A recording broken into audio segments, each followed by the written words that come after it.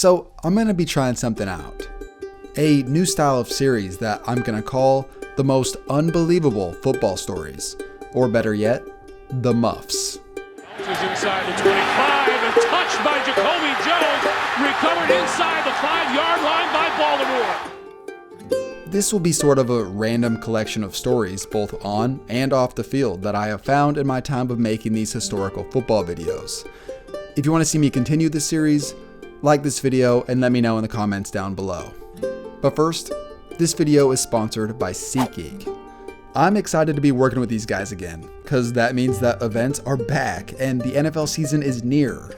And whether it's football games, basketball games, concerts, or other events, SeatGeek takes tickets from all across the web and puts them into one area, making buying simple. Every ticket is rated on a scale from 1 to 10, so you know you're getting a good deal. Plus, first-time users can use my promo code KTO at checkout to save $20. Shout out to SeatGeek for the sponsor. Now let's dive into these stories. In 1974, the Green Bay Packers were looking to bolster their wide receiving core. Prior to the NFL draft, general manager Dan Devine thought he had found a diamond in the rough when he selected Portland State's Randy Woodfield. On top of being a pretty talented kid, his coach said that, quote, "When he was with me, he was the nicest, most gentlemanly kid I ever knew. He was quiet and polite, hardworking, and real coachable." Well, after the team's first scrimmage versus the Chicago Bears, surprisingly, they decided to cut Woodfield from the team. Perhaps he wasn't as talented as they thought. Woodfield himself claimed that it was because the team had focused on the run game, but it turns out that the police in Wisconsin say it was due to Woodfield being involved in at least 10 cases of indecent exposure across the state. It turned out the Packers hadn't done much research on this guy. He had a multitude of concerning moments with the law before he got to Green Bay, and after his chance at being a pro football player ended, he was devastated, and things took a turn for the worst. Than some of the other serial killers. He may turn out to be one of the most prolific serial killers that we have ever known. As of today, detectives have definitively linked Randy Woodfield to 7 murders, but they suspect the I-5 killer is responsible for as many as 24 more. For the next few years, he would go on a string of robberies and sexual assaults. Then 6 years after being drafted by the Packers, over the span of a few months, it's estimated that he killed up to 44 victims. His nickname is the I-5 Killer, and this man may be the most violent player in NFL history. And it has nothing to do with his on-the-field actions. There's an article from Sports Illustrated that details more about this story if you're interested. I'll leave a link down below. Currently, this man is serving a life sentence. Not the greatest pick in the world by Packers GM Dan Devine. Speaking of Devine, he would leave Green Bay following the 1974 season in pursuit to coach Notre Dame in 1975. This was a special year in Notre Dame's history, for one big reason.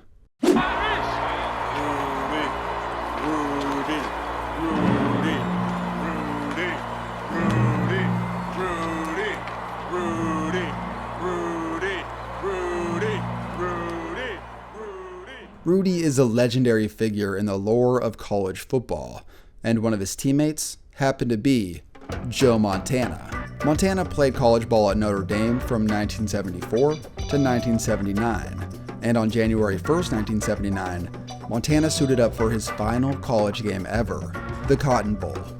The Cotton Bowl takes place in Dallas, Texas, and it's one of college football's most decorated bowl games of all time. Entering this game, the biggest storyline was the weather. Right now, the game time temperature is 22 degrees, and there's an 18-mile-per-hour wind out of the north. Now, that adds up to a chill factor of 6 degrees below zero, and that's what these two teams are going to be playing in this afternoon. Snow flurry started to fall here within the last hour here at the Cotton Bowl. At the halfway mark, Notre Dame was trailing 20-12, but their biggest problem was the state of Montana's health.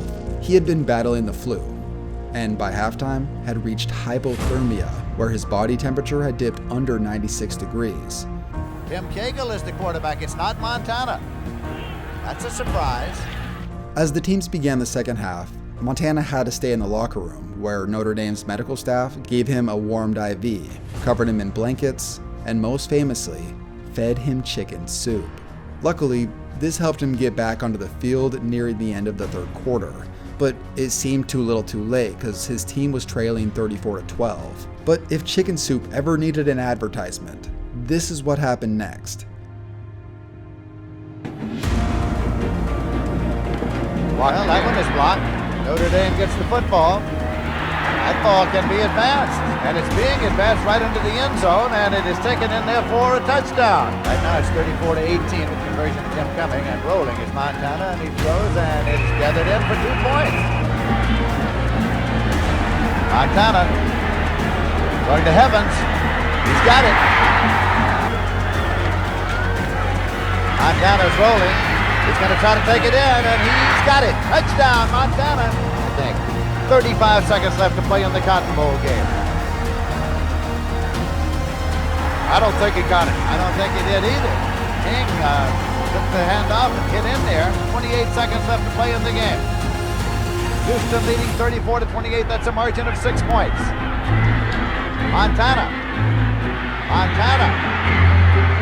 Well, he'll have to get it to the sidelines, and he goes across the sideline marker, but the spot is being marked up there at the 18.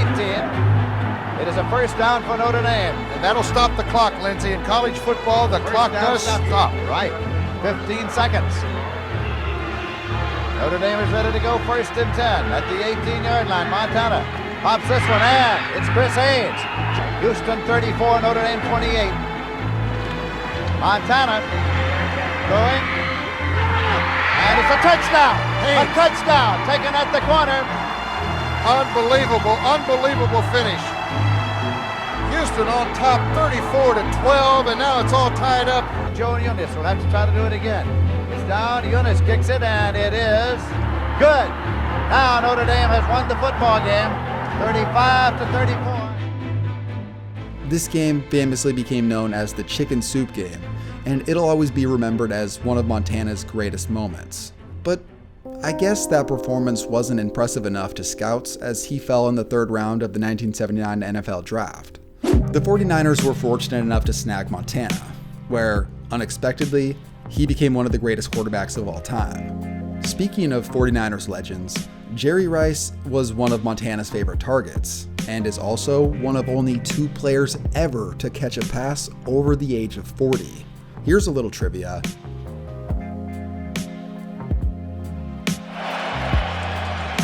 They'll go to the trickery. Edelman throws to Brady.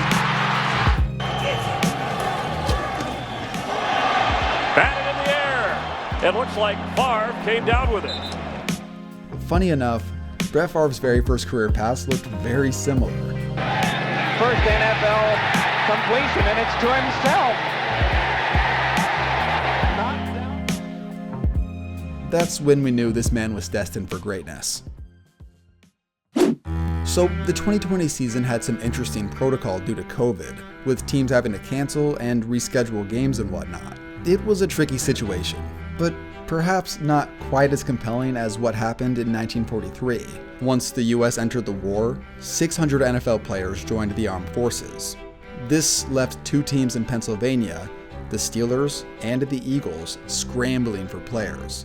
Not only did the teams have a shortage of players, but the NFL was in dire circumstances, just trying to keep the league afloat, and was ready to take some drastic measures. In an owners' meeting, since both teams had a significantly low amount of players, they proposed the idea that both teams should combine to one team for the time being.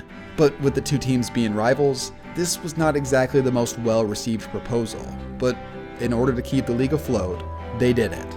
The 2 franchises decided to merge to create one team, officially named Phil Pitt Combine. Not exactly the most creative name in the world, but very quickly after the announcement, fans and media began calling them the Steagles. This was a way cooler name.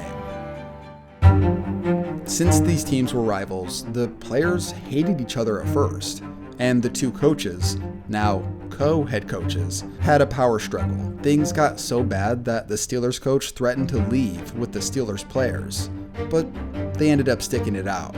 Eventually, the Steagles began to bond. They started off the season strong, shutting out the Brooklyn Dodgers and holding them to a then NFL record minus 33 rushing yards. Holy crap.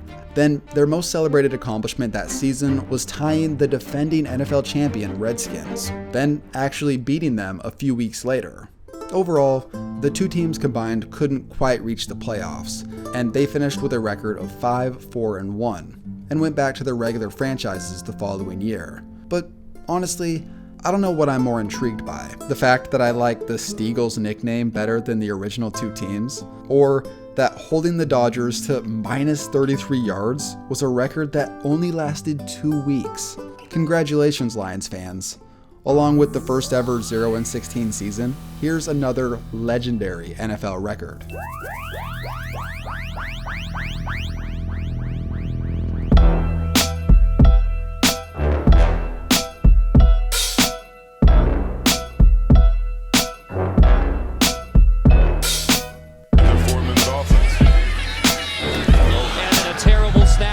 Smith is going to have to go all